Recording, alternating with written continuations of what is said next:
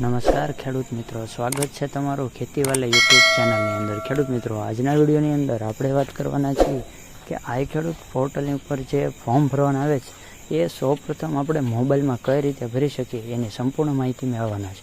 તો વિડીયોમાં નવા આવેલા મિત્રોને ખાસ કે વિડીયો જો પસંદ આવે તો લાઇક, શેર અને સબસ્ક્રાઈબ કરવાનું ભૂલશો નહીં। તો શરૂ કરીએ આજનો વિડીયો। તો સૌપ્રથમ આપણે તમારો ફોન હોય છે જે ઊભો હોય છે તે આડો કરી દેવાનો, જેના લીધે શું કે લાંબી સ્ક્રીનમાં મોટું અને આઈ ખેડૂતની જે લિંક છે એની ઓપન કરો, તમને ડિસ્ક્રિપ્શનમાં આપી છે એની અંદર આપ જોઈ શકો છો કે આ પ્રકારનું તમારા ફોનની અંદર દેખાશે। તો એની અંદર તમારે સૌપ્રથમ આ પ્રકારનું આખું એનું જે સિસ્ટમ છે, ફોર્મેટ છે આ રીતનું છે। તો એની અંદર આપ જોઈ શકો છો કે આ યોજનાઓ છે, તો યોજનાઓની અંદર તમારે ક્લિક કરવાનું રહેશે। યોજના ઉપર તમે જેવું જ ક્લિક કરો તો થોડુંક લોડિંગ લેશે, પણ લોડ લીયા બાદ તમારી અંદર જે વિવિધ જે ખેતીવાડી છે, બાગાયતની છે, પશુપાલનની છે, એ રીતે અલગ અલગ કેટેગરી વાઇઝ તેની અંદર તમને જે ફોર્મ ચાલુ હોય તે દેખાશે। જે રીતે આપ જોઈ શકો છો એ રીતે મત્સ્યપાલનનું પણ છે।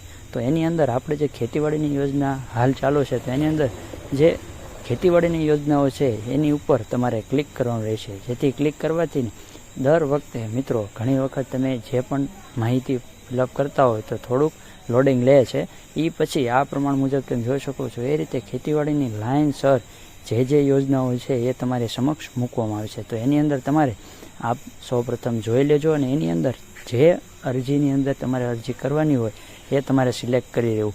અમુક અરજી હોય છે તો એની અંદર તમારે જે બિલની જરૂરિયાત રહેતી હોય છે તો એની અંદર સેમ જ તમારે પેટર્ન આવશે, પણ એની અંદર છેલ્લે જે બિલનો જે સિરિયલ ક્રમાંક હોય છે, બિલ નંબર હોય છે અને બિલની તારીખ હોય છે એ એક ખાલી વધારાનું હોય છે અને એક ડોક્યુમેન્ટ અપલોડ કરવાનું ફોર્મ આવતું હોય છે। તો અત્યારે આપણે એક રોટાવેટરનું ફોર્મ છે એ આપણે જોઈએ કે કઈ રીતે ભરવું છે।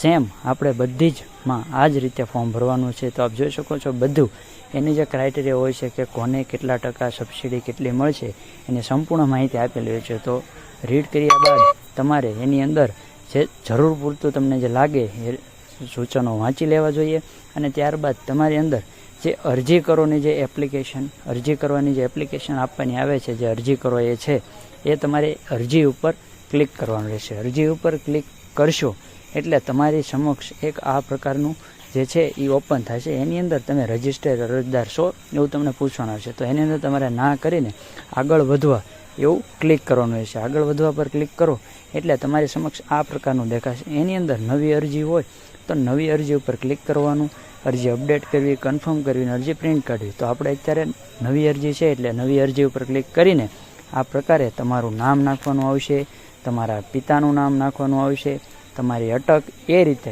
ખાસ આમાં ધ્યાન રાખવું, પહેલાં તમારું નામ આવશે, પછી પિતાનું નામ અને છેલ્લે અટક।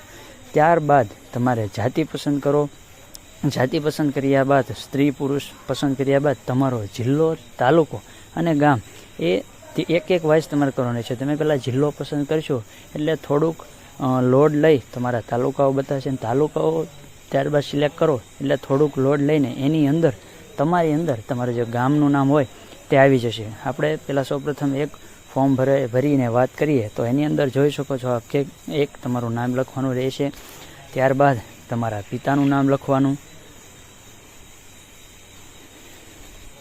ત્યારબાદ તમારી લાસ્ટમાં અટક। ખાસ જોજો મિત્રો કે પહેલાં તમારું નામ, પછી પિતાનું નામ, ત્યારબાદ તમારી અટક, ત્યારબાદ કેટેગરી સિલેક્ટ કર્યા બાદ પછી સ્ત્રી કે પુરુષ જે જાતિ સિલેક્ટ કરો, ઓબીસી, જનરલ, એસસી, એસટી। તો ત્યારબાદ થોડુંક લોડ લે છે અને ત્યારબાદ ઘણી વખત નેટવર્કના ઇસ્યુ લીધે અથવા વધુ ફોર્મ ભરાતા હોય એના લીધે આ પ્રશ્ન આવતો હોય છે।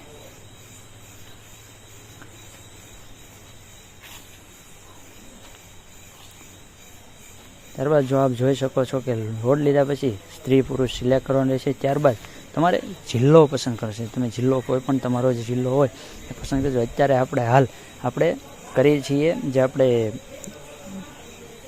અત્યારે આપણે બોટાદ જિલ્લો છે એને પસંદગી કરીએ। બોટાદ જિલ્લો જો બોટાદ સિલેક્ટ કર્યા પછી થોડુંક લોડ લે, ફરી પાછું જે સ્થાને હતા ત્યાં જઈ આપણે તાલુકો પસંદ કરવાનો રહેશે। તાલુકાની અંદર જે તમારો તાલુકો હોય એ પસંદ કરવાનો રહેશે। તો તાલુકાની અંદર રીતે જો બોટાદ લાગુ પડતું હોય તો બોટાદ કરવાનું છે, ફરી લોડ થઈ અને તમારા જે બોટાદ જિલ્લામાં જે ગામ આવતા છે એ આવશે। એની અંદર તમારું ગામ સિલેક્ટ કરવાનું રહેશે। એ પ્રમાણે તમારું ગામ સિલેક્ટ થયા બાદ ફરી એકવાર લોડ લેશે ને ફરી પાછું જે સ્થાને હતું ત્યાં વહી જવાનું રહેશે. ત્યારબાદ તમારું સરનામું નાખવાનું રહેશે. જે પ્રમાણે તમારું સરનામું હોય એ પ્રમાણે સરનામું નાખી દેવાનું રહેશે. જેમ કે હાલો કે આપણું ગામ છે આપણે ગઢડિયા, તો ગઢડિયા નાખી દીધું. ત્યારબાદ તમારો પિનકોડ નંબર, તમારા પિનકોડ નંબર નાખવાનો રહેશે તમારો જે હોય છે. અત્યારે હું રેન્ડમલી નાખું છું. ત્યારબાદ તમે દિવ્યાંગ છો હા કે ના તે આપણે પસંદ કરવાનું હોય છે. એ પસંદ કર્યા બાદ તમે ઈમેલ ન નાખો તો ચાલશે, પણ એની પાસે જે ખેડૂતનો પ્રકાર છે, ખેડૂતના પ્રકારની અંદર 3 પ્રકાર પડે છે. 1 થી 2 હેક્ટરવાળા હોય તો નાના, 1 હેક્ટરથી ઓછા તો સીમાંત, અને 2 હેક્ટરથી વધુ હોય તો મોટા. 1 હેક્ટર એટલે 6.25 વીઘા. ત્યારબાદ મોબાઈલ નંબર તમારો નાખવાનો આવશે.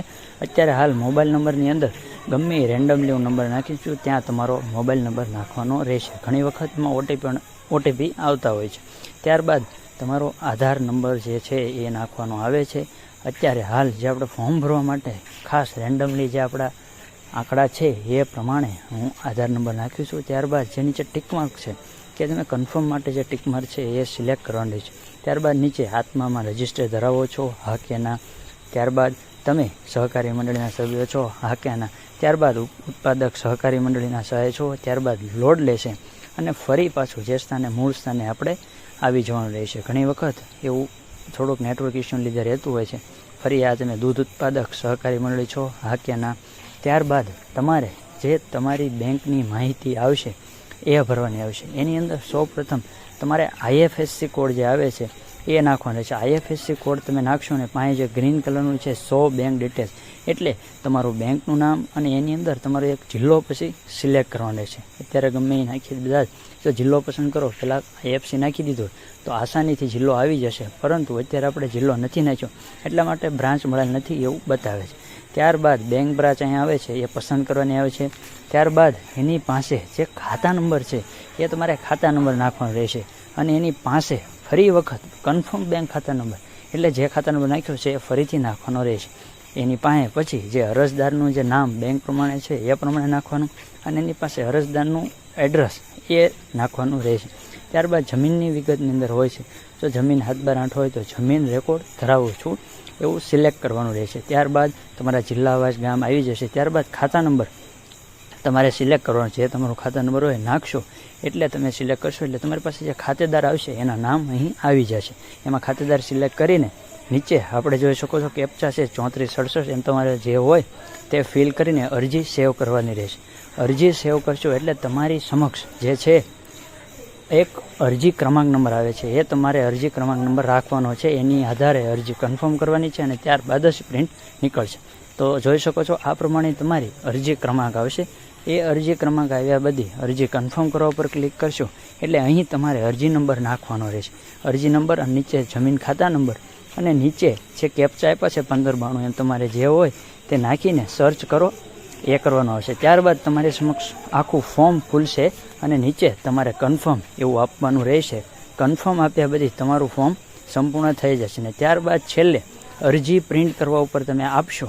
જે વાંચે છે અરજી પ્રિન્ટ કરવાની ઉપર સેમ જ અરજી નંબર નાખવાનો, જમીનનો ખાતા નંબર અને 5349 જે છે એ પ્રમાણે તમારે જે હોય નાખીને પ્રિન્ટ આપશો એટલે તમારા ફોનની અંદર જે તમારી PDF છે આવી જશે. તમે સામાન્ય તમારા નજીકના જે ઝેરોક્સનું કે કોઈ હોય તો એની અંદરથી તમે ઝેરોક્સ કરાવી શકો છો અને જે ડોક્યુમેન્ટ જે એટેચ કરવાનું હોય છે એટેચ કરીને તમારે આપવાનું રહેશે. તો આ રીતે તમે સામાન્ય રીતે શાંતિથી તમારા મોબાઈલમાં પણ ફોર્મ ભરી શકો છો. ઘણી વખત એવું થતું હોય છે કે વધુ પડતા ફોર્મ ભરાવાને લીધે લોડના કારણે આપણે ઘણો ફોન ચોંટતો હોય છે, એવું થતું હોય છે, પણ આ રીતે તમે ફોનમાં પણ ફોર્મ ભરી શકો છો. ખેડૂત મિત્રો, અન્ય કોઈ તમે માહિતી મેળવવા માગતા હોય તો જરૂરથી કોમેન્ટ કરી દેજો અને જો વિડીયો પસંદ આવે તો લાઇક, શેર અને સબસ્ક્રાઈબ કરવાનું ભૂલશો નહીં. ફરી મળીશું એક નવા વિડીયોની સાથે, નવી માહિતીની સાથે. જય જવાન, જય કિસાન.